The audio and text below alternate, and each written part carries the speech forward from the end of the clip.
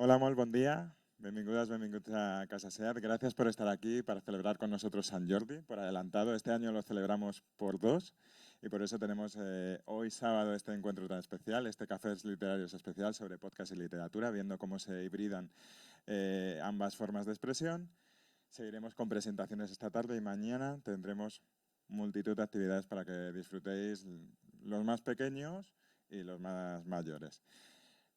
Hoy tenemos con nosotros en este café a Jorge, que no viene tanto como protagonista, no viene tanto como moderador, sino como protagonista, porque tú tienes un podcast.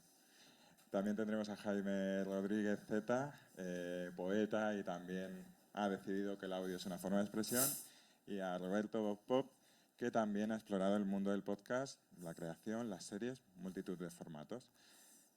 Sin más, espero que disfrutéis del encuentro. Luego tendremos un momentito para preguntas y respuestas y espero que podáis luego intercambiar impresiones con ellos y si queréis comprar libros o hacer firma, al final podréis hacerlo. Disfrutad. Gracias.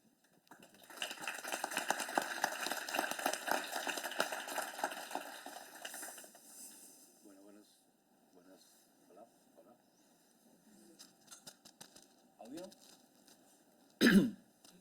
¿Ahora? ¿Está mi audio conectado, José?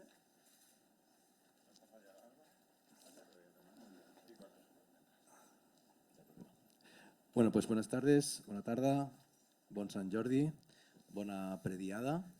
Y bueno, sí, yo también tengo un podcast. Lo raro hoy día es no tener un podcast, no es tan original tener un podcast, pero sí que me parecía que era interesante y cuando hablamos con José Mata sobre este día en hacer un café literario atípico, que no fuera una presentación de un libro, de una novela, de un poemario, sino que tuviera una expansión particular, se nos ocurrió esta idea, ¿no?, de hablar de la relación del podcast con la literatura. Y para eso automáticamente pensamos en Jaime Rodríguez Z y en Bob Pop, en dos madrileños atípicos. Bob Pop, ahora barcelonés, vive en nuestra ciudad. Jaime Rodríguez, de origen peruano, vivió mucho tiempo en Barcelona y ahora vive en Madrid. Y los dos han cultivado tanto el texto, la literatura, como el audio, e incluso han ido más allá con espectáculos teatrales y con otras formas de intervención cultural, de modo que nos pareció muy, muy interesantes que conversarán hoy en este Pre-Sant Jordi, que tiene como complemento, de hecho, la ilustración. Casa SEAT ha publicado dos láminas, dos postales de Sant Jordi, que os podréis llevar a casa y que culminará a mediodía con un brindis con cava. Bueno, sin más preámbulos, Bob Pop, Jaime Rodríguez Z son autores de varios libros, pero quizá los más significativos serían estos dos, Mansos y Solo quedamos nosotros. Mansos es una memoir con pinceladas de ficción sobre la experiencia autobiográfica queer en ciertos contextos, ambientes como las saunas nocturnas. Y Solo quedamos nosotros es también un libro de memoria vinculado sobre todo con la infancia propia y desde el lugar de la paternidad, con la migración y con los recuerdos más o menos intensos, más o menos traumáticos. Y ahí hay un vínculo interesante entre los dos libros, ¿no? En el caso de Bob Pop, yo diría que Mansos es un libro más, no descarnado, porque los dos son descarnados, pero más directo en su representación del cuerpo, del sexo, de la noche, de la humillación, de la vulnerabilidad, de la violencia y del descubrimiento de todo un mundo de la sexualidad. En el caso del libro de Jaime Rodríguez, ese tema del cuerpo está presente, pero no de un modo tan directo. Contanos un poco, por ejemplo, para empezar, cómo fue la escritura de estos dos libros tan distintos, pero finalmente afines. Bueno, hola a todos. Gracias, Jordi, gracias a Casa SEAT por recibirnos. Yo, como todos vosotros, también he venido a ver a Bob Pop, así que voy a nada, de hecho, soy súper fan. ya se lo he dicho, es increíble el trabajo de Bob y realmente me hace muchísima ilusión estar aquí compartiendo este momento con él y con mi querido amigo Jordi. El, Solo quedamos nosotros es un libro que, que es difícil de explicar para mí a veces, porque es un libro que es híbrido, ¿no? Es un libro que reúne textos que tienen básicamente dos formatos. Son textos que tienen el formato de crónica periodística y el formato de cuento al uso, de relatos. Pero finalmente para mí son dos caras de la misma voz, ¿no? O sea, es como alguien que enuncia desde dos distintos lugares, pero es el mismo enunciante, ¿no? Es como alguien que está buscando su voz, la manera de comunicarse, y en ese intento de comunicarse, pues lo intenta desde la crónica y lo intenta desde el relato, pero es la misma persona la que habla, ¿no? Y en ese sentido tiene sus juegos con la ficción, pero como ocurre creo también en el libro de Bob, eh, la, digamos, esta brasa de la memoria, ¿no? La quemazón de la memoria en nuestros casos creo que se impone finalmente sobre cualquier eh, intento de ficción.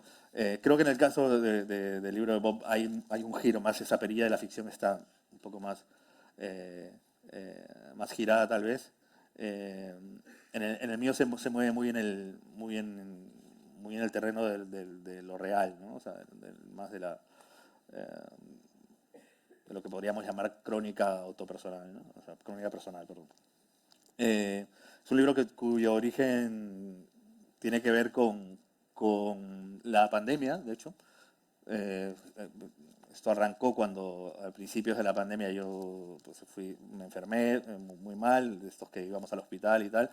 Y a partir de ahí, pues en mi caso se dio una especie primero de una, ante la, bueno, en ese momento todos pensamos que íbamos a morir los que nos enfermábamos, estoy hablando de 2020 a principios.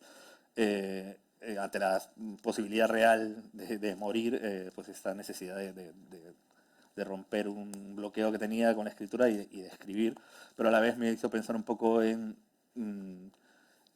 cuestiones que me llevaban entreteniendo mucho tiempo, ¿no? Que es el tema de la lucha contra mi masculinidad tóxica, digamos, ¿no? Y eso me empezó a hacer cuestionarme un montón de cosas y empecé a pensar en el pasado, en la relación con mi padre y tal, y todo eso fue desencadenando la escritura de este libro, ¿no? Entonces es un libro que creo que eh, refleja un poco la dificultad que yo como escritor tenía para expresarme, ¿no? Y esa dificultad se ve precisamente en esta mezcla de géneros, ¿no? Esta especie de ambigüedad de no llegar totalmente a un terreno de la ficción que para mí, que vengo de la poesía y del periodismo, siempre ha sido como una aspiración, ¿no? La idea de aspirar a hacer la novela, que es como, para muchos escritores es como lo más grande que puedes hacer, aunque los novelistas suelen decir que la poesía, ¿no? O sea, cada uno tira para el otro lado. Pero sí, entonces esa aspiración mía se ve reflejada en esta especie de titubeo de géneros, ¿no? Que hace que el libro sea, pues un poco, como dijeron en la prensa, un poco inclasificable, igual si se quiere, ¿no? Y bueno, eso es un poco de lo que va mi libro. Hola, ¿se me oye bien? ¿Estoy microfonado? Hay gente a la que le estoy dando la espalda y me siento fatal, pero es que no tengo 360, no estoy... Qué ilusión que estés aquí.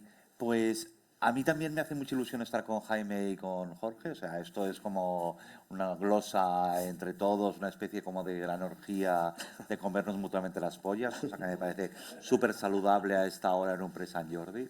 De hecho, me parece un planazo, no sé qué hacemos aquí, que no nos estamos comiendo las pollas. Y bueno, Mansos va un poco de eso, de comer las pollas, ¿no? Pero va de muchas cosas. Yo, con el tiempo, porque Mansos es una novela que tiene ya unos años, más de 10 años, pero yo cuando la escribí nunca había escrito una novela y de hecho yo no sabía si yo era un escritor. Y a mí con Mansos me pasó una cosa estupenda, y es que yo el primer borrador de la novela, el original, se lo envié por correo electrónico a una amiga, que para mí es un referente, que es Belén Gopegui, y Belén, cuando le envié la novela, me respondió un correo electrónico en el que solo había 3 palabras, que eran: eres un escritor. Y fue la primera vez que alguien me decía, y que alguien que era Belén Gopegui me decía que era un escritor, con lo cual para mí fue un descubrimiento y un relax, y ya ahí me lo creí y me vine arribísima. Con lo cual, cada vez que la gente me pregunta para mis currículums, porque yo soy vedette intelectual, entonces hago de todo: teatro, series, radio, prensa, libro, diarios. Me preguntan qué eres, y yo siempre digo que soy escritor, porque en el fondo todo lo que hago en las distintas plataformas en las que lo hago como escritor, que al final lo que implica es una mirada sobre las cosas y una necesidad de contarlas. Entonces, Mansos surge como aunque suene muy pedante decirlo, pero es mi propia versión del poema de Contra Jaime Gil de Viedma. Yo necesito en un momento de mi vida hacer un ajuste de cuentas conmigo, con quién he sido y con algo que descubro, y es que las víctimas somos unos hijos de puta.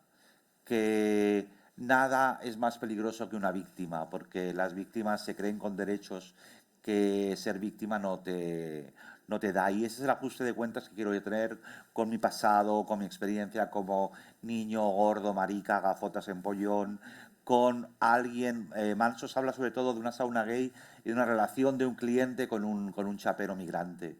Y lo que el libro también reflexiona es hasta qué punto el protagonista es capaz de, para ahorrarse el miedo al rechazo, explotar a otra persona en unas condiciones peores. Y a partir de ahí una reflexión sobre el cuerpo, sobre la moral. Y es una novela que me ha dado muchas alegrías. De hecho, esa es una reedición que sacó Alfaguara, porque originalmente se publicó en Caballo de Troya, la publicó Constantino Berto, lo que para mí también fue un regalazo. Y la vida además me dio la posibilidad de... porque Mansos acaba... Atención, spoiler. Mansos acaba mal.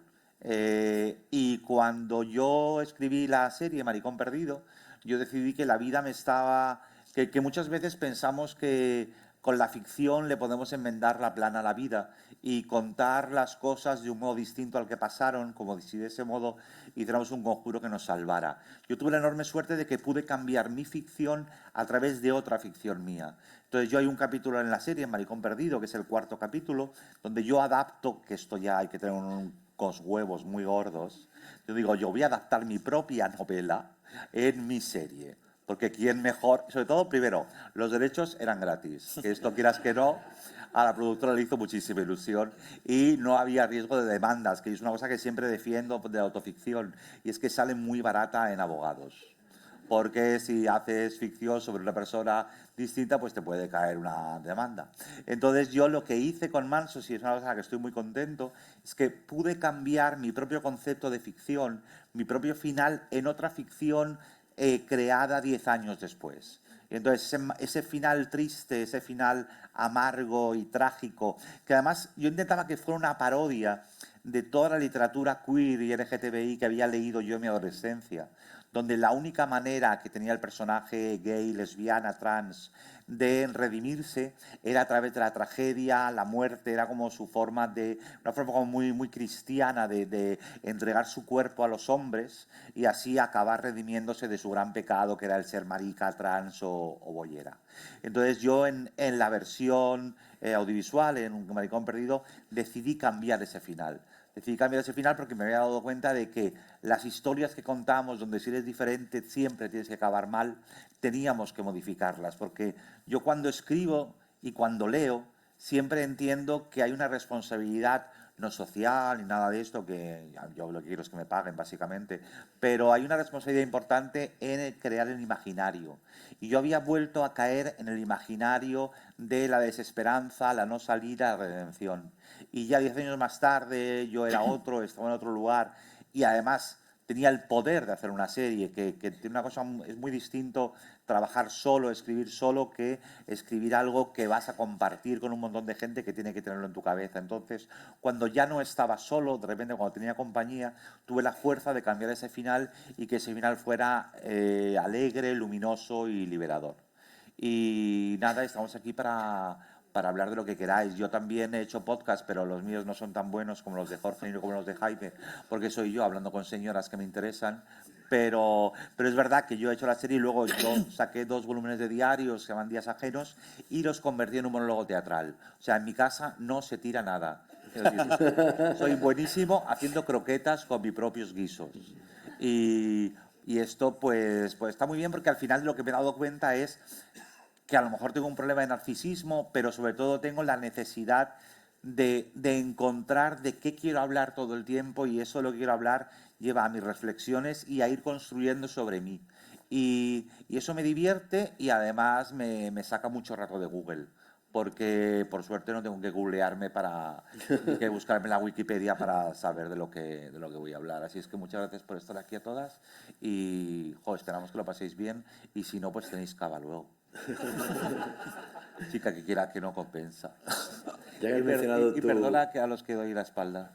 Ya que has mencionado tu podcast, me gusta mucho el detalle de que, además de ser entrevistas con mujeres que admiras, brillantes que admiras, como la propia Belén Gopegui, está hecho en una librería, ¿no? La librería Sí, Méndez de Madrid. de Madrid, que queda como un testimonio de cuando vivías en Madrid, porque vivías muy... Que yo viví enfrente Muy justo cerca, de Méndez. ¿no? De hecho, Entonces, sigo siendo, lo digo aquí en San Jordi, y también si hay librerías locales, yo sigo siendo cliente de Méndez. O sea, yo todos mis libros se los encargo a Méndez por WhatsApp y luego me los mandan por correo, porque tenía que ser fiel a esa librería. muy bien. Yo soy muy fiel a Noyes You, que es la librería que va a vender tus libros hoy. Muy bien, Va a hacer también una voy a ser fiel a excepción. ti, ¿eh? Si vas a vender mis libros, te voy a querer siempre.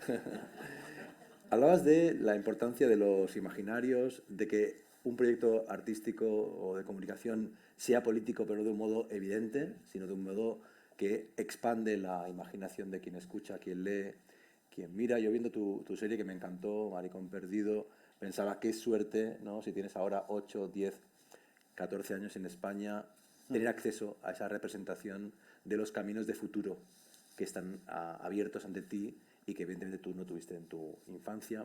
Y escuchando el podcast de Jaime, Informe de los Bosques, que también es buenísimo, pensaba lo mismo si padeces ansiedad, ¿no? O sea, si tú en los 80, los 90 eras un hombre de 40 y tantos años que padecías ansiedad, tus posibilidades de entender lo que te estaba pasando y de comunicarlo, compartirlo, tratarlo, etcétera, estaban muy limitadas, y en cambio ahora es un debate, es una conversación que está abierta, ¿no? ¿Qué tipo de feedback habéis tenido? Jaime, tú en el caso de personas con ansiedad, Bob, tú en el caso de jóvenes que están descubriendo su orientación sexual. Sí, bueno, bueno, el feedback siempre de los lectores o los oyentes siempre es muy bonito, ¿no? Es enriquecedor realmente. En el caso del podcast, que además es un formato que puede estar en cualquier lado, ¿no? No hace falta una distribución así logística, ¿no? Es inmediato. Recibí un montón de comunicaciones a través de las redes sociales de gente de América Latina, por ejemplo, lo cual me hacía bastante ilusión, porque aquí probablemente hay muchos más podcasts, sobre todo de divulgación, ¿no? Que tienen que ver con el tema de la enfermedad mental, pero en América Latina la gente me decía como que no habían escuchado algo de esa manera, ¿no? Puesto de una manera más personal. Y eso ha sido una parte buena. Luego me ha generado mucha ansiedad también. El, el que haya tenido cierta acogida el podcast y tal, porque es un podcast, para los que no han oído, que trata sobre la ansiedad. Yo soy una persona que vive con ansiedad hace ya bastantes años, y pues a veces el pensar en eso y en reflexionar sobre eso me producía una ansiedad muy fuerte. Me hacía sentir, pues, esto, el síndrome del impostor, ¿no? ¿Qué estoy diciendo? ¿Qué tengo que decidir yo sobre esto y tal? Y luego cuando la gente, pues, lo ha escuchado, le ha gustado, qué sé yo, o que Bob me diga que le ha gustado mi podcast, me genera una ansiedad tremenda, porque, claro, ahora estoy preparando la segunda temporada y estoy pensando en qué tengo que de hacerlo, pues, más o menos como la primera, y tratar de ver, pero a la vez hay algo en mí que se revela contra eso, entonces voy a hacer una cosa completamente distinta a la primera temporada y yo creo que en ese juego, ¿no? En realidad para cualquier persona que más o menos aspira a hacer pues algún tipo de creación, ¿no? Está en esa cosa, ¿no? De no... O sea, de una vez que haces algo que más o menos, pues obviamente, tratar también de cambiarlo, ¿no? O sea, que es un poco evolucionar. Pero lo demás también es un poco aburrido, no sé, Sí. no sé. Pero hay algo que dijiste tú que creo que también ahora que hablamos del podcast, que me resulta interesante, que es el tema del miedo, ¿no? O sea, por ejemplo, el miedo que tú puedes pasar, pues, siendo una persona como tú y tal, cuando eras chico y todo esto, y uno se acostumbra a veces a vivir con ese miedo, ¿no? O sea, la relación con el miedo es una cosa que a mí me interesa mucho, ¿no? De hecho, en el podcast intento explorar esa relación con mi propio miedo, ¿no? La ansiedad finalmente es un estado, en mi caso, de miedo, ¿no? De miedo casi permanente. Yo le llamo casi entrañable, ¿no? Estado de miedo constante. Y esa relación con el miedo me parece que nos hace ser un tipo de persona distinta, ¿no? No sé, muy rara. No sé cómo dirías tú que has, digamos, conjurado, ¿no? Esos miedos que podrías haber tenido de joven. O sea, me imagino que pues eso, ¿no? Haciendo humor, expresándote, haciendo libros, eso, ¿no? O sea, Sí, al final yo siempre digo que yo escribo para quitarme el miedo mm, y que me parece la forma más importante. Y hay una cosa que yo ahora mismo creo que he perdido el miedo mm, y, y tiene mucho que ver con la conciencia de la muerte, que puede sonar muy loco, mm, pero cada vez que el miedo me amenaza, yo siempre pienso, a ver, tranquilo porque te vas a morir. mm, Y entonces esto que puede parecer como muy negativo, para mí es un alivio absoluto. ya. Mm, ¿Sabes? Es como si creyera que me va a tocar la lotería en un momento de mucha crisis. Para mí la muerte tiene que ver con eso. mm, Con todo se acaba y ya está. Y además yo sí tengo la sensación de lo que quería hacer está bien hecho, o sea, todo me parece bien. Con lo cual, y además ese miedo desaparece en el momento en el que yo me doy cuenta de que yo sobre todo tenía miedo a que descubrieran quién era mm, durante toda esta época de infancia, adolescencia, porque sabía, ya intuyendo quién era, me sentía excluido, agredido y odiado. Entonces decía, el día que lo confirmen, esto va a ser la bomba. Y entonces de repente descubrí que si lo confirmaba yo y que si yo manejaba, entonces toda mi obra va de eso, de disfrutar del privilegio de dejar de impostar, disfrutar del privilegio de contar la verdad y de ser yo. Porque también tiene que ver con el descubrimiento y tiene que ver también con el miedo y con la ansiedad, en el que tú crees que lo que te protegen son las máscaras, las defensas que te pones y en realidad no te están protegiendo de nada. Solo están evitando que los demás se acerquen, te abracen. Que a mí, por ejemplo, el contacto físico también me quita el miedo. Yo, cuando respeto mucho a alguien o me impone mucho, yo me quito el miedo tocándolo. mm, No acosando, es una cosa como muy respetuosa. Y además siempre lo digo, de importa que te abrace para quitarme el miedo. Entonces yo esto lo hago mucho.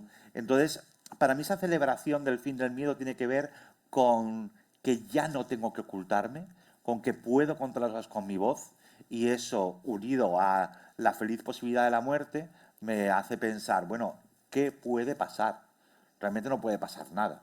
Te digo, hombre, que me desahucien, o sea, cosas como prácticas terribles, pero yo no las imagino. También es verdad que hay una cosa que para mí es muy interesante y es, después del diagnóstico de la enfermedad y la progresión de la enfermedad degenerativa, hay un momento en el que yo descubro que ya no tengo capacidad para proyectar futuro.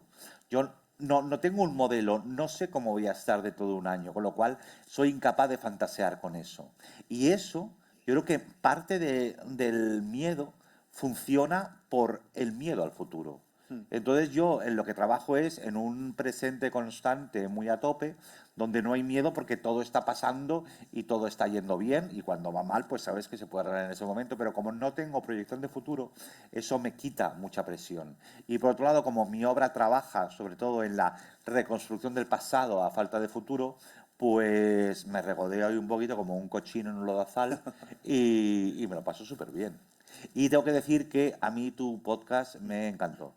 Y si no lo habéis escuchado, es una maravilla. El informe de los bosques, yo lo descubrí por casualidad y lo he recomendado a todo el mundo porque Y hay una cosa muy importante en ese podcast, no es solo lo que cuentas, sino cómo lo explicas a través de tu voz y qué capacidad tienes para contarlo desde tu mundo personal y tu experiencia, pero haciendo literatura. Eso me parece muy importante, ¿no? Porque yo creo que también hemos llegado a confundir que cualquier arranque testimonial es literatura y no. No. Claro, lo importante es qué haces con tu material. Sí. O sea, uno con el material que tiene puede hacer de todo, desde una zarzuela hasta un sketch humorístico.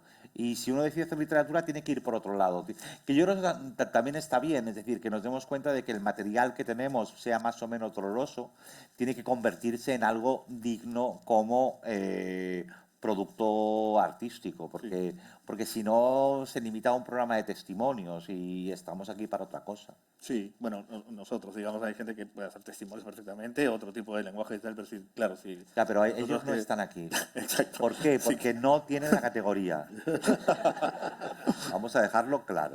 Bueno, pues sí, si tienes un mínimo de aspiración literaria y tal, claro, sí, hay que enfrentarte a eso también, que eso es otra cosa que también impone mucho cuando no tienes mucha experiencia o estás empezando, ¿no? Bueno, estamos aquí con nuestros 50 tacos, por lo menos los míos, Sí. hablando, pero sí que impone mucho esta cosa de, ¿no? del asumirte. Por ejemplo, a ti, Belén Gopegui, te lo digo, Claro. te dio ese regalo de decirte Exacto. tal. Claro, a mí me ha costado mucho, por ejemplo, asumirme como escritor, ¿no? Es una cosa que me ha... O sea, yo siempre he sido poeta, ¿no? O sea, y de alguna manera los que hacemos poesía es como que no sé, es algo como que no te Pero tomas tan Jaime, en a ver, serio, ¿no? una pregunta. Pero Sí. tú estabas en un bar tomándote una caña y te costaba menos decir soy poeta que soy escritor. Muchísimo menos. O sea, ser poeta para mí es como decir soy peruano o vivo en Madrid. ¿Y ligabas más como poeta o como escritor? Eh, digo más ahora, de hecho. Como escritor. Sí. De éxito, pero por el No, podcast. de éxito no, pero bueno. Pero eso es por el podcast. Pero Porque creo tienes que una el voz muy podcast bonita, con el entonces ahí podcast, ya sí, hubo... sí. Yo una vez Ah. había tomado unas cuantas cervezas, le oí decir, hola, soy Jaime, soy podcaster. Y ahí hubo una ola Eso no. de admiración Eso- Soy podcaster, femenina. claro. Sí, soy podcaster. No, soy funciona. poeta, pero no gilipollas. ¿Eh? Esto no, No, pero es verdad. O sea, asumirte como poeta, para mí, creo, siempre ha sido como algo muy natural, ¿no? De hecho, es algo que todavía digo, tú que eres, pues, soy poeta. Y el hecho de esta palabra, no ser escritor y tal, además como tengo tantos amigos escritores, todos estos pesados, escriben libros, buenos libros, son escritores, claro. Para mí ser escritor siempre era otra cosa, es ser como ellos, ¿no? Como Ya. Jordi, como Matías, Robert, yo qué sé, ser escritor, ¿no? Entonces siempre me ha costado mucho asumirme como eso. Ahora ya menos, ¿no? Como tú, tal vez como tú un poco estoy aprendiendo a decir ciertos miedos. Claro. Ya va siendo hora, digamos, ¿no? Pero sí, ese estilo del escritor impone un poco. Pero ahora sí, bueno, digamos. Me sí, interesa, me escritor. interesa mucho el concepto del abrazo que decía Bob, ¿no? ¿Cómo pensáis esa cuestión? Yo creo que el podcast tiene un grado de calidez muy fuerte. La página finalmente es fría, ¿no? Y te acerca a un autor, pero bueno, con una distancia. El teatro, bueno, impone, hay un escenario, ¿no? Y en cambio el podcast te llega, por lo general, a los auriculares, ¿no? Es como que alguien te susurra al oído con una cercanía extrema contigo. Y claro, en tu caso con el tema que tratas, ¿no? La ansiedad, la figura del padre, los recuerdos más o menos duros, etcétera. Y en tu caso, Bob, yo diría que con el poder mágico de la radio, ¿no?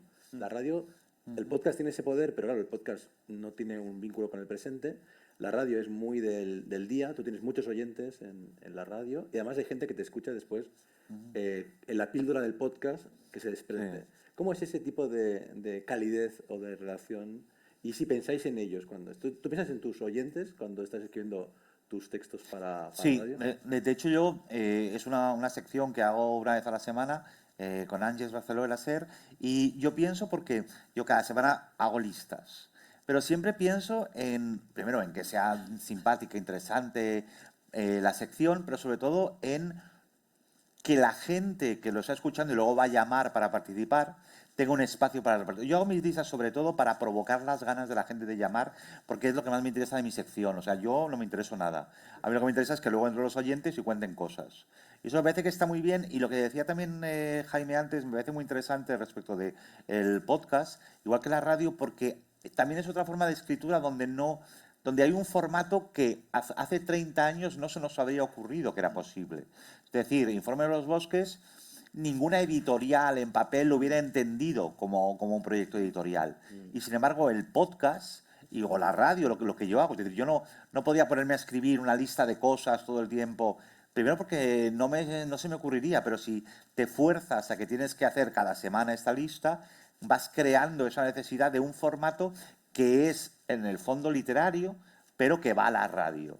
Y entonces te abre una libertad enorme. Y luego hay una cosa que a mí me relaja muchísimo, y sobre todo con los podcasts, con la radio, pero ya también con los libros, con las series, y es esta hiperproductividad capitalista, que tiene sus cosas terribles, pero también tiene una cosa muy buena, y es que sientes que todo lo que haces en realidad es solo una cosa más. Es decir, que dentro de toda la oferta que hay, la gente que va a acabar viendo tu serie, escuchando tu podcast, leyendo tu libro, es gente que tiene un montón de otras cosas que hacer, con lo cual a mí me ha quitado el miedo a que mi obra sea la gran novela americana. A mí me la bufa muchísimo la gran novela americana, porque es que ya están ahí, con lo cual la sensación de que ocupas un lugar desde el cual vas a aportar un poquito, pero en un proceso coral, no ya como solista, a mí me da mucha tranquilidad. Y el podcast tiene eso muy bueno, que tú sabes que si acabas en el podcast de Jaime y a los 10 minutos no te interesa, te vas a otro.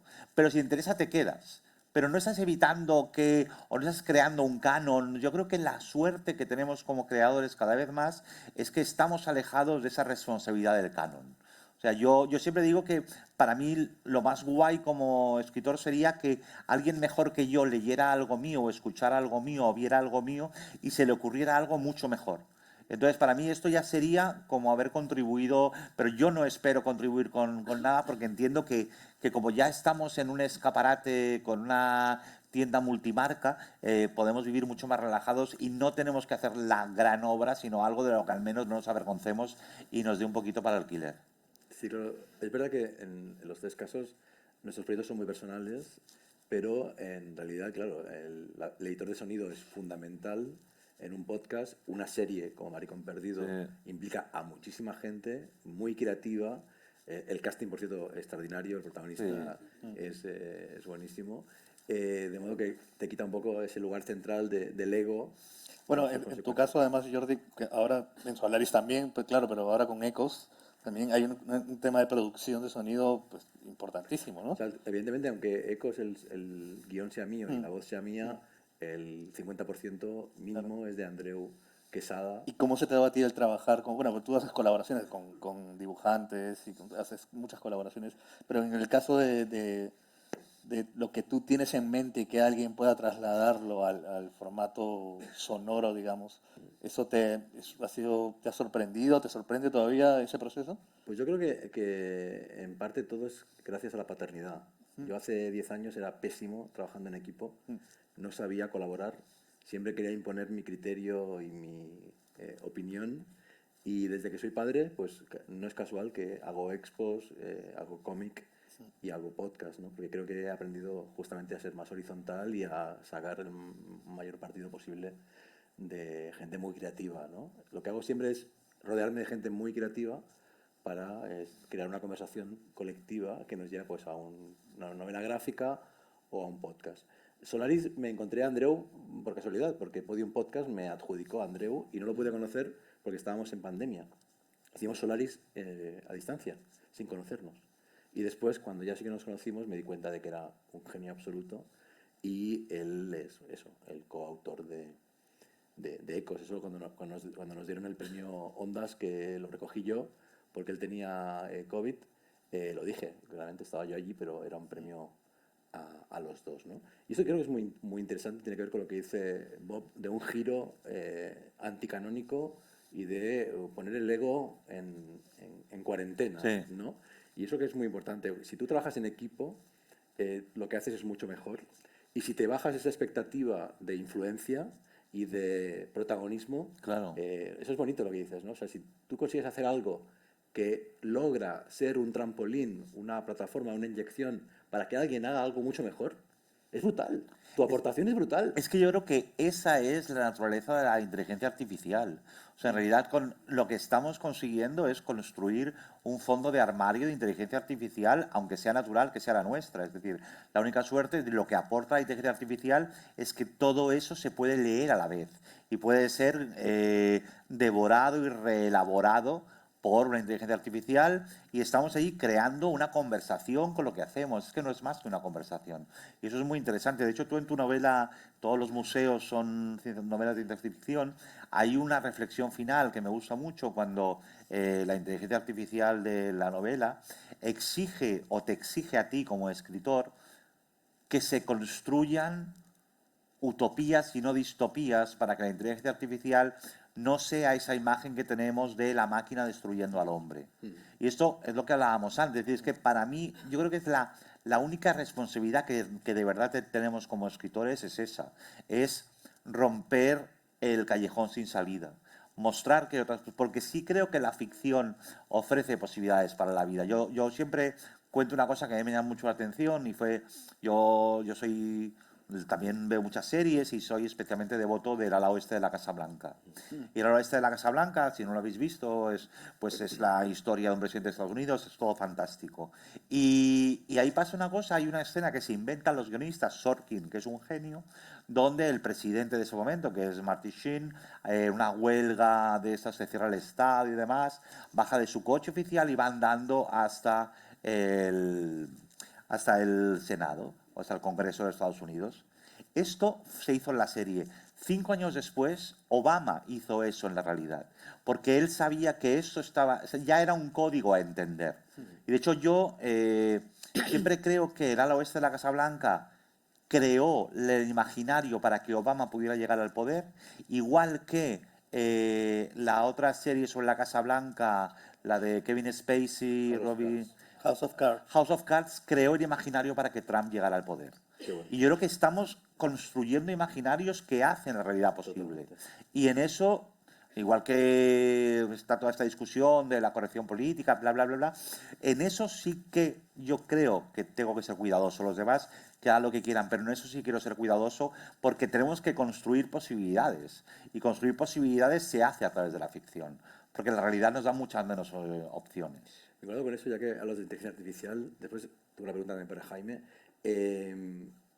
Pensaba, bueno, efectivamente, estoy de acuerdo, totalmente. De hecho, yo escribí Todos los museos porque había escrito antes Membrana, que es una distopía muy dura, y pensé, pero si soy padre de 2 hijos de 5 años, ¿cómo puedo condenar a mis hijos a ese futuro tan negro, ¿no? Entonces, como conversación de culpa, escribí Todos los museos como utopía. Pero cuando hablabas y antes me comentabas cómo estás escribiendo ahora, me acordaba del último email que me envió Ricardo Piglia. Ricardo Piglia,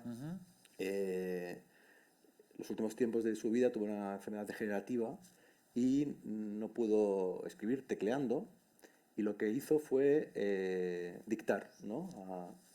a una máquina primero, después ya no podía hablar y era una especie como de tecnología muy sofisticada que le permitía corregir a través de un asistente que le editó los diarios. No sé si habéis leído los diarios de Piglia, Sí. que son extraordinarios, es una obra maestra, los diarios de Emilio Renzi. Y él en ese email me decía que se había convertido en un cyborg, ¿no? Que habíamos hablado tanto de ciencia ficción, y de algún modo era una imagen utópica, porque era un escritor que hace 50 años no hubiera podido ordenar su obra completa, no hubiera podido darnos una obra maestra póstuma, porque no hubiera podido expresarse, y gracias a la tecnología se podía expresar. ¿Cómo ha sido tu cambio desde la escritura con las manos a la escritura con la voz, que creo que es muy interesante que lo compartas? Claro, yo por mi enfermedad degenerativa, la parte derecha no tengo movilidad y la izquierda cada vez es más difícil, con lo cual para mí teclear es muy complicado. De modo que yo ya soy un escritor que no escribe, soy un escritor que dicta, y lo que dicto lo transcribe la máquina, luego, eso sí, ya a mano con el dedito, edito lo que la máquina escucha erróneamente o pretende que yo escriba contra mi propia voluntad. A veces tengo ahí estos días con la máquina de hoy estás muy tonta, tenemos discusiones importantes, pero la sensación es que lo que tú dices, es decir, que por mucho que arremetamos contra la tecnología lo que me está permitiendo escribir. Y además me está permitiendo escribir de otra manera, porque realmente yo primero hablo, la máquina me entiende, yo me leo, y lo que hago ahora sobre todo es reescribir con la corrección, que es lo que hace cualquier escritor, pero yo lo tengo que hacer en tiempo real constantemente. Entonces, una sensación. Y además hay una cosa muy interesante, y es que yo ahora me tomo mucho menos en serio mis textos, porque como vienen de algo tan poco sólido como es la voz, el hecho de verlo escrito ya no. Porque yo sí noté una diferencia enorme cuando empecé a escribir en el ordenador. Y es que parecía que el producto estaba ya acabado. No sé si os pasa que cuando escribís en ordenador y lo veis en la pantalla, es todo perfecto, la tipografía es estupenda, la maquetación, es decir, hay sensación como de esto ya es algo. Y en realidad no es nada, es solamente como si lo hubieras escrito a mano. Entonces, ahora la sensación que tengo es esa, es decir, que es todo mucho más voluble, que yo puedo tocar ahí mucho más y volver a hablar, porque en realidad no ha costado nada. Es una sensación que tiene que salir de la cabeza, y al final el hecho físico tiene un proceso mucho más largo. Por eso, por ejemplo, cuando hago teatro me interesa mucho más, porque en realidad yo estoy escribiendo frente a los espectadores. Yo estoy repasando, pero no hay un texto, ahí improviso, creo. Y entonces me he dado cuenta de que cada vez es más mi modo de expresión. Por eso cada vez que me invitáis a una charla o a un evento, yo siempre voy, porque es que es como más estoy escribiendo ahora mismo. El hecho de sentarme, dictar, pues ahora acabo de terminar un nuevo libro que sale en junio, y de hecho, este libro, que son unos diarios, con la editorial, que le agradezco muchísimo, Alfaguara La Paciencia, yo les fui dictando hicimos un grupo de WhatsApp del libro, donde yo les dictaba cada entrada de cada día. Y entonces ahí unos esforzados trabajadores de Alfaguara, seguramente mal pagados, se dedicaron a transcribirlo todo, y yo luego lo que hice fue corregir mi propia voz transcrita por otra persona en su ordenador, en mi ordenador, con mi voz y mis manos. Con lo cual, lo que hemos hecho ha sido danza contemporánea. No sé Qué yo si he maravilla. conocido algún caso parecido de escritor que le dicte por WhatsApp el libro a los editores. Es En ese increíble. caso no, pero es muy interesante. ¿Conoces a Mario Belatín? Sí, claro. ¿No? Que escribe con bueno, todo tipo de tecnologías, desde la Underboot portátil con un dedo hasta el móvil, ¿no? El iPhone. Hablando de este tema de lo coral, de lo horizontal, de la conversación, del trabajo en equipo, de la coescritura, en este caso con Alfaguara o con la inteligencia artificial a la que dictas, Jaime, además de poeta, periodista, autor de podcast, podcaster, no quería decirlo, pero sí, podcaster. Es editor. Y en Esto no es Berlín, que es su proyecto editorial con su socio, apuestan constantemente por nuevos poetas, por gente muy joven, gente que no ha publicado ningún libro y que ellos apuestan por eso, una editorial independiente. Como Matías Senado, por ejemplo. Bueno, hay autores, en cambio, como Gabriela Wiener o Matías Senar, que ya tenían trayectoria, pero otros que no, que son muy jóvenes y que no habían publicado nunca. ¿Cómo es el trabajo de editor de poesía con otras generaciones? ¿Cómo, no, igual que Bob tiene sus particularidades en su mutación de escritura, sí. ¿tú cómo has visto ese tipo de trabajo? Sí, bueno, a ver. Es que, claro, cuando me preguntan a mí también sobre cómo es mi trabajo de editor, yo siempre digo, yo soy poeta. Dios mío. Por favor, no me habéis entendido. O sea, en realidad, sí, es una editorial bien muy sui generis. Es una editorial que decimos con mi socio Francisco Jurado, que es mi compañero de la editorial, decimos con mi socio que, eso no es mío, que... Sí, que estoy yo. Se ha ¿Sí? caído. Ah, de esto. Sí. Ah, vale. Que nadie nos espera. Entonces, ¿para qué apurarnos? ¿No? O sea, es una editorial muy pequeñita, y entonces nuestra única prerrogativa es publicar lo que nos gusta, nada más. Entonces, en ese sentido, no tenemos ninguna prisa, no formamos parte del circuito, digamos, más industrial, ¿no? del libro. Tenemos una autora que va a firmar mañana por San Jordi, o sea, llegamos, hasta ahí llegamos, solo faltaría, pero realmente lo tomamos con mucha calma. Entonces, me gusta pensar creo que a cualquier editor le gusta pensar que uno quiere publicar libros que de alguna manera intuyes que si no lo publicas tú probablemente no existiría, no saldría algo, ¿no? Entonces, hemos publicado algunas cosas raras, distintas, que al final han tenido cuyos autores han tenido al final una andadura que ha ido creciendo y me parece muy bien. Y no me interesa ya esa parte, ¿no? O sea, la parte más... hombre, como esto no deja de ser también estar en un mercado, entonces, claro, no me interesa perder dinero, me interesa vender libros, por supuesto, claro que sí, me interesa que los autores que publico vendan libros y que sean conocidos y que, si puede ser, ganen dinero a partir de eso. Pero ya la parte más entendida como el éxito comercial y tal, eso es una cosa en la que no aspiro ya ni a competir, ¿no? O sea, realmente lo que intentamos hacer con Francisco es eso, ¿no? Poner en el mundo libros que pensamos que no estarían en el mundo de otra manera, ¿no? Y eso me parece muy interesante. Creo que el ser editor eh, tiene un punto, es un trabajo creativo también, ¿no? O sea, tiene un punto de... o sea, tú vas creando un catálogo como quien crea también, de cierta manera, una obra, ¿no? Así como tú vas haciendo podcasts distintos y tal, y todo forma parte de tu obra, o tú con tu serie y tus libros y tu radio, o sea, todo forma, ya lo has dicho tú hace un rato, ¿no? Todo forma parte de algo que somos y que nos permite expresarnos, ¿no? De distintas maneras. Para mí lo que hacemos en la editorial también forma parte de eso, ¿no? De eso que yo hago. O sea, digo de eso, hago poesía, hago ahora podcast y creo que mi trabajo como editor también forma parte de algo, ¿no? Y creo que al final, por supuesto, sin atribuirme las obras de los autores a los que publico, no soy esa clase de editor, además que se mete con los textos, Ya. ¿no? O sea, siempre pienso, cuando un libro me gusta, yo quiero publicar ese libro. O sea, no quiero publicar un libro a partir de ese libro. O sea, no quiero publicar el libro que yo hubiera escrito a partir de ese Ya. libro y meterme en el texto. Eso no lo entiendo bien, no es mi función, creo yo. Sí que me gusta publicar si un libro me gusta publicar el libro tal cual está. No, hombre, siempre metes un poco...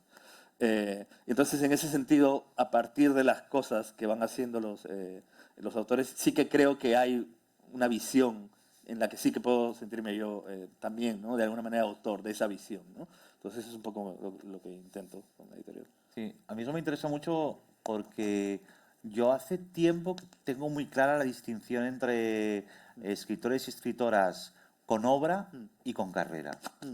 Hay muchos escritores que tienen una obra, que me parece lo interesante, y luego hay otros y otras que su obsesión es tener una carrera, como escritor y como editor o como... a mí solo me interesa la gente que tiene una obra, o de tenerla yo mismo, ¿no?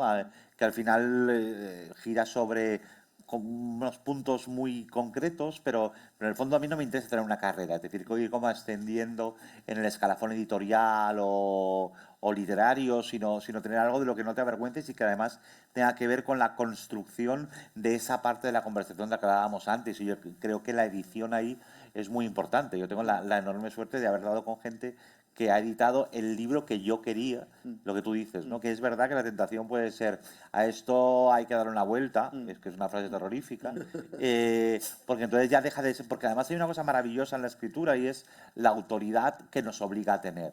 Yo creo que es de lo poco en lo que... Y esa autoridad además tiene mucho que ver con la asunción de que solo nosotros en ese momento podemos escribir lo que estamos escribiendo.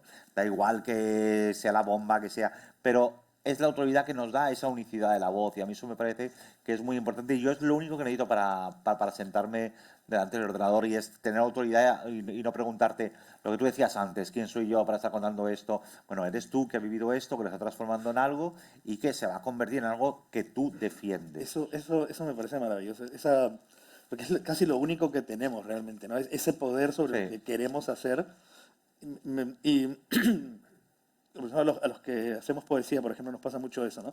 O sea, otra vez, ¿no? Nadie nos espera, o sea, nadie está esperando mi libro. Entonces, lo único que tengo es ese poder sobre ese libro para decir las cosas exactamente como yo las quiero, ¿no? Eh, o sea, el mundo puede vivir sin mi libro y mi libro puede vivir sin el mundo. Sí. Eso es un poco lo que yo siento cuando escribo. Entonces, en ese sentido, me encanta que lo digas también de eso, ¿no? Ese empoderamiento sobre algo que es finalmente tú mismo, ¿no? Y creo que llegas a un punto como escritor en que eso es lo que más importa por sobre todas las cosas. Sí, eso y asumir que ya somos una generación donde no existe ya la página en blanco. Mm. O sea, nosotros ya nunca nos enfrentamos a este mito tan romántico del escritor o la escritora frente a la página en blanco. Eso hoy en día es imposible porque todo está lleno de trazas, de cosas que hemos escuchado, leído, un tuit, o sea, hay tantos estímulos que la página nunca está en blanco. Es decir, yo creo que ahora tenemos más trabajo limpiando la página para que nos quepa lo que nosotros queremos contar, que ese miedo que había antes al abismo de la página en blanco, que ahora ya es imposible, con lo cual es que partimos de otro lugar, que también tiene que ver con lo que hablábamos de la autoridad. Uno, con esta oferta tan increíble, también hay un momento en el que ya casi desde lo político. Es decir, voy a contribuir al ruido, a la contaminación, al capitalismo salvaje con una obra que al final acaba llamándose producto cultural que me dan ganas de vomitar. Tengo que estar ahí, entonces ahí es donde entra esa autoridad o esa necesidad o también la subsistencia. O sea, hay muchas razones para poder hacer esto, pero asumiendo que ya no hay el miedo a la página en blanco, sino el terror a que no nos quepa lo nuestro en todo lo que tenemos escrito en esa página a través de otros, de nosotras, de quien sea, de ese ruido. Vamos a abrir la conversación, si os parece. Quizá queréis hacer alguna pregunta a Bob o a Jaime, sería el momento. Ya sé que estáis todos pensando en la copa de cava. Llegará aquí a 15 minutos. Tenemos ese espacio de tiempo para conversar. Preguntas, cuestiones.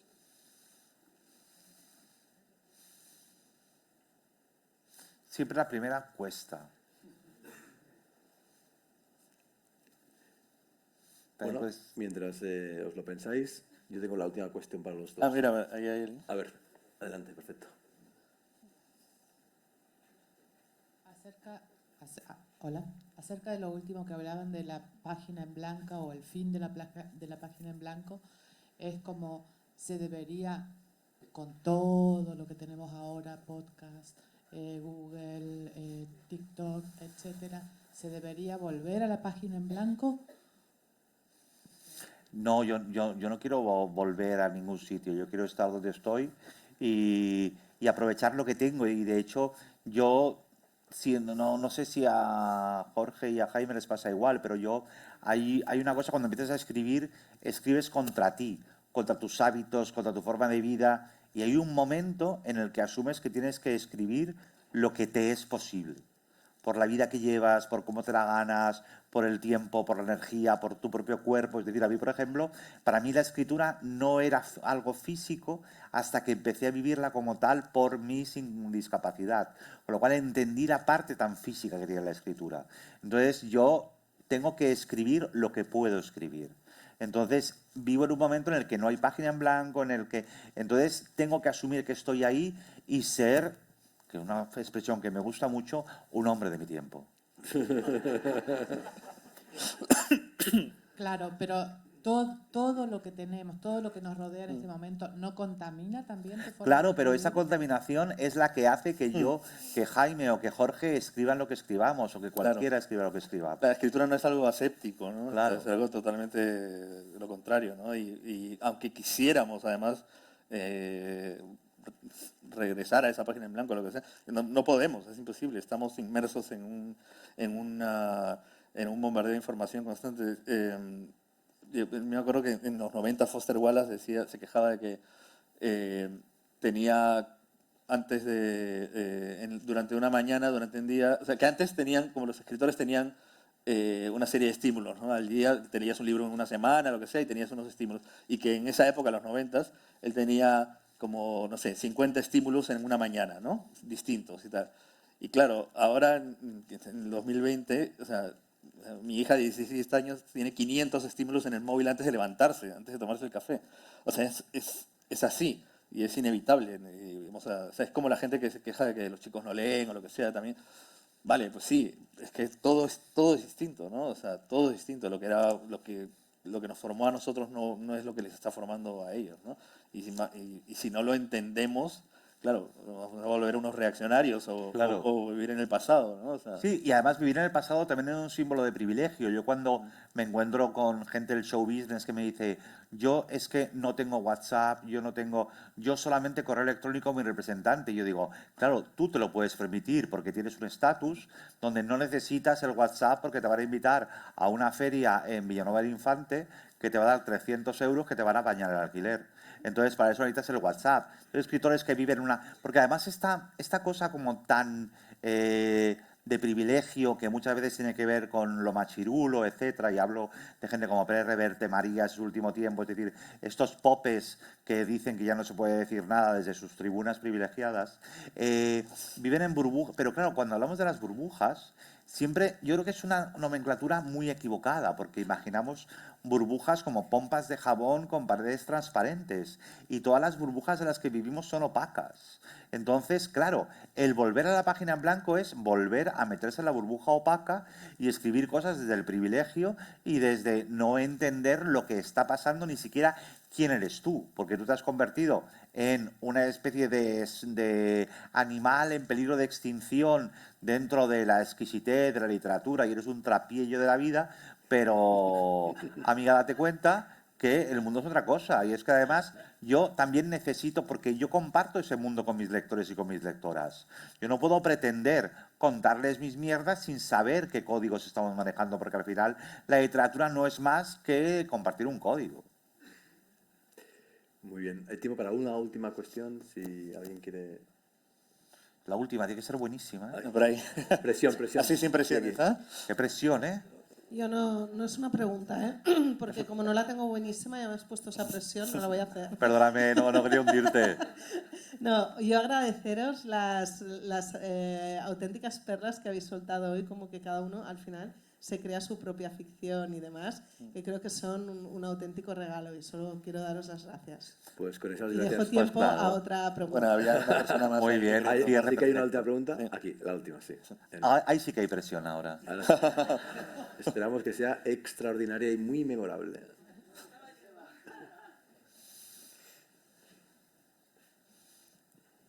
Hola, no, buenísimo todo, la verdad que me ha encantado escucharlos. Quizás era una pregunta más de formatos y del proceso creativo. Es decir, quizás en la escritura y todo lo que Bob nos ha contado de antes, escribir y ahora hablar.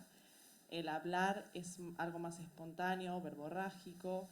¿Cómo ha sido el proceso creativo o el cambio? Para los dos la pregunta, pero ¿qué tiene de bueno y de no tan bueno escribir con las teclas o con las manos y crear algo con la voz, que somos mucho más impulsivos, y en el otro mucho más reflexivos, borramos, escribimos, bueno, un poco de Sí, formato, Muy ¿no? buena pregunta, muy buena pregunta. Sí, es muy raro. Yo no llevo mucho tiempo haciéndolo, con lo cual, claro, yo llevo escribiendo a mano 40 años, pero llevo dictando 1, con lo cual no te sé decir. Pero si hay una cosa que yo echo mucho de menos, pero que eso no lo he perdido todavía, por suerte, aún puedo escribir a mano.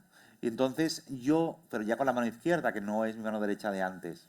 Pero yo, por ejemplo, siempre me he fiado mucho del sonido de la pluma en el papel, que es una cosa como muy marciana, pero yo sabía cuando estaba en flujo creativo por cómo sonaba la pluma y sabía que luego iba a sonar bien lo que escribiera. A lo mejor es una cosa mía como de no estar bien, que seguro, pero me ayudaba. Entonces, con el trabajo para evitar esa cosa verborreica que dices, que es verdad que yo también tengo, primero la máquina te controla porque te obliga a vocalizar, que yo de hecho he hecho una carrera de éxito no vocalizando en la tele, porque la gente no entendía lo que decía, pero les parecía muy interesante todo. Entonces, si hubiera vocalizado, hubiera fracasado completamente. Ahora la continúo en la radio y estoy muy contento con que mi falta de vocalización ayude, pero con el ordenador es muy difícil porque entonces entiende cosas que no tienen nada que ver. De modo que yo me freno escribiendo a mano y luego leyéndoselo a la máquina, con lo cual el proceso ya es mucho más increíble. O sea, soy como Nacho Cano con Mecano en los 90, que tenía como varias teclas, varios aparatos. Pues estoy recuperando esto, pero me falta la melena y ser de derechas. Bueno, con esta última perla...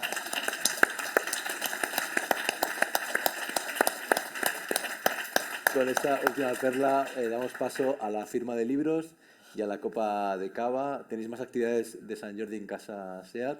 Muchas gracias y un aplauso para nuestros invitados. Muchas gracias.